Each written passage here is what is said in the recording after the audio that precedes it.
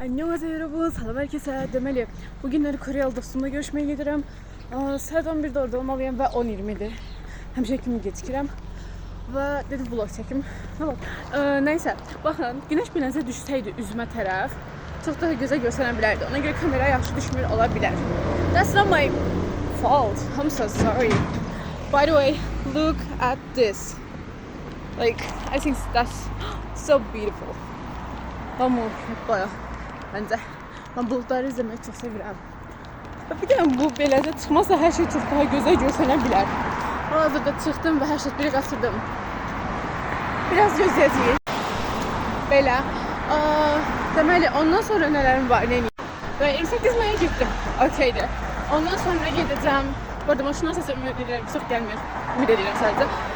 28 May'da saat 1'də ayrılıb İngilizcə gələcəm. Çok seviyorum İngilizcəni. Müəllimim yaxşı olsa da I'm kind of a lazy person. Biraz tembel birisiyim. That's why I'm not sure, but I'll go. I have to go.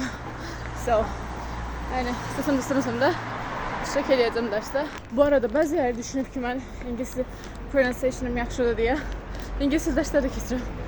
I'm so sorry, but no, I don't teach English. Artık tatmışam ve bugün bence güneş inat eləyib ki, ancaq mən baxam tərəfdən gələcək işığı üzümə vurmur. Artıq sevdiyimdə nəsə 28 May'dayam. Səsimi açmışam, belə görsənir. Nə düşünürsünüz? Və 10 dəqiqə gecikmişəm. Bəli, indi 3 dəqiqə təxmin orada olaram inşallah. 압니다. 당신이 누구인지. 당신은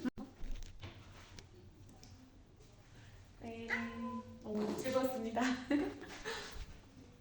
네, 안녕.